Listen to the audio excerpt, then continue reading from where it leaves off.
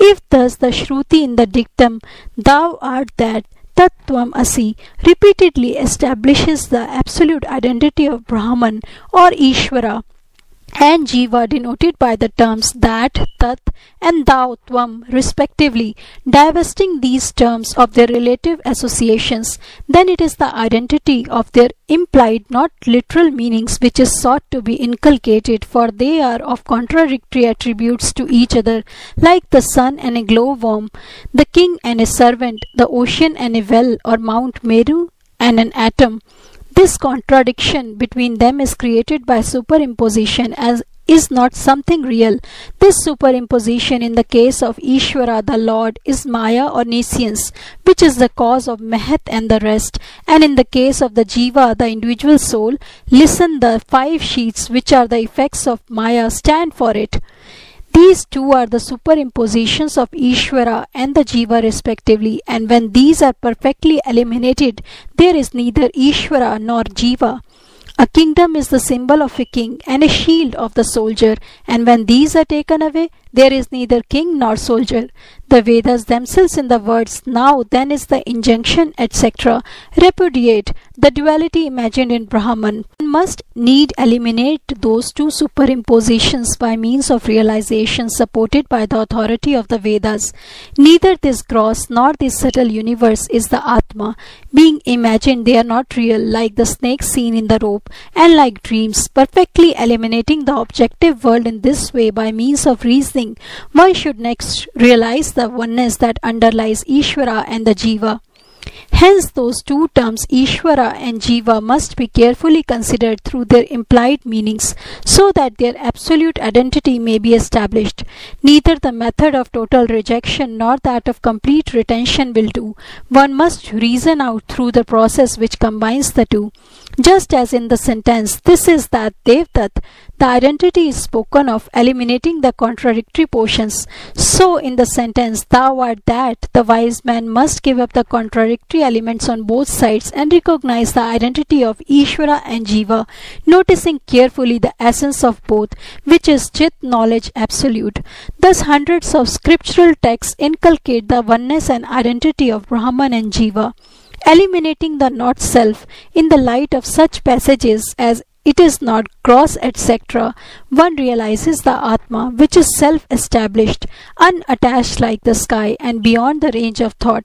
Therefore dismiss this mere phantom of a body, which thou perceivest and hast accepted as thy own, by means of the purified understanding that thou art Brahman. Realize thy own self, the knowledge absolute. All modifications of clay, such as the jar, which are always accepted by the mind as real, are in reality nothing but clay.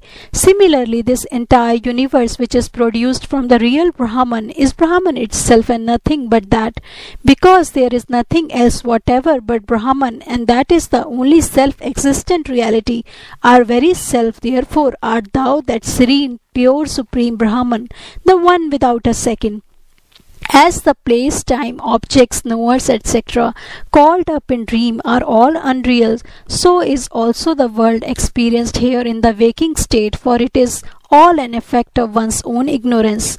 Because this body, the organs, the pranas, egoism, etc., are also thus unreal, therefore art thou that serene, pure, supreme Brahman, the one without a second. What is erroneously supposed to exist in something is, when the truth about it has been known, nothing but that substratum and not at all different from it. The diversified dream universe appears and passes away in the dream itself. Does it appear on waking as something distinct from one's own self? That which is beyond caste and creed, family and lineage, devoid of name and form, merit and demerit, transcending space, time and sense object, that Brahman art thou. Meditate on this in thy mind.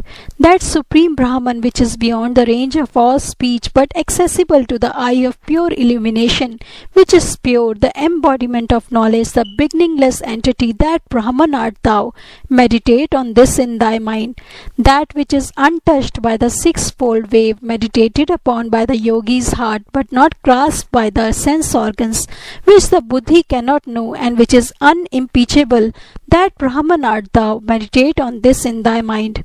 that which is the substratum of the universe with its various subdivisions, which are all creations of delusion, which itself has no other support, which is distinct from the gross and subtle, which has no parts and has verily no exemplar. That Brahman art thou. Meditate on this in thy mind. That which is free from birth, growth, development, waste, disease and death, which is indestructible, which is the cause of the projection, maintenance and dissolution of the universe. That Brahman art thou. Meditate on this in thy mind. That which is free from differentiation, whose essence is never non-existent, which is unmoved like the ocean without waves, the ever free of indivisible form. That Brahman art thou. Meditate on this in thy mind.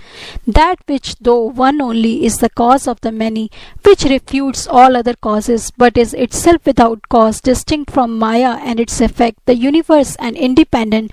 That Brahman art thou. Meditate on this in thy mind. That which is free from duality, which is infinite and indestructible, distinct from the universe and Maya, supreme, eternal, which is undying, bliss, taintless. That Brahman art thou. Meditate on this in thy mind. That reality which, though one, appears variously owing to delusion, taking on names and forms, attributes and changes itself, always unchanged, like gold in its modifications. That Brahman art thou. Meditate on this in thy mind. That beyond which there is nothing, which shines even above Maya, which again is superior to its effect, the universe, the inmost self of all, free from differentiation, the real self, the existence, knowledge, bliss absolute, infinite and immutable. That Brahman art thou. Meditate on this in thy mind. On the truth inculcated above, one must oneself meditate in one's mind through the intellect by means of the recognized arguments. By that means one will realize the truth free from doubt, etc., like water in the palm of one's hand. Realizing in this body the knowledge absolute, free from nescience and its effects, like the king in an army, and being ever established in thy own self by resting on that knowledge, merge the universe in Brahman. In the cave of the Buddhi there is the Brahman, distinct from the gross and the subtle, the existence absolute supreme, the one without a second. For one who lives in this cave as Brahman, O beloved, there is no more entrance into the mother's womb. Even after the truth has been realized, there remains that strong, beginningless, obstinate impression that one is the agent and experiencer, which is the cause of one's transmigration. It has to be carefully removed by living in a state of constant identification with the Supreme Self. Sages call that liberation, which is the attenuation of Vasana's impressions here and now.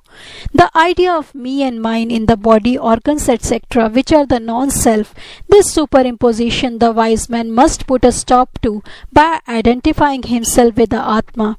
Realizing thy own inmost self, the witness of the Buddhi and its modifications, and constantly revolving the positive thought, I am that, conquer this identification with the non-self. Relinquishing the observance of social formalities, giving up all ideas of trimming up the body, and avoiding too much engrossment with the scriptures, do away with the superimposition that has come upon thyself. Owing to the desire to run after society, the passion for too much study of the scriptures, and the desire to keep the body in good trim, people cannot attain to proper realization. For one who seeks deliverance from the prison of this world, samsara, those three desires have been designated by the wise as strong iron fetters to shackle one's feet. He who is free from them truly attains to liberation. The lovely odor of the agaru, agelochum, which is hidden by a powerful stench due to its contact with water, etc., manifests itself as soon as the foreign smell has been fully removed by rubbing. Like the fragrance of the sandalwood, the perfume of the Supreme Self, which is covered with the dust of endless violent impressions embedded in the mind, when purified by the constant friction of knowledge, is again clearly perceived. The desire for self-realization is obscured by innumerable desires for things other than the self. When they have been destroyed by the constant attachment to the self, the Atma clearly manifests itself of its own accord. As the mind becomes gradually established in the inmost self, it proportionately gives up the desires for external objects, and when all such desires have been eliminated, there takes place the unobstructed realization of the Atma.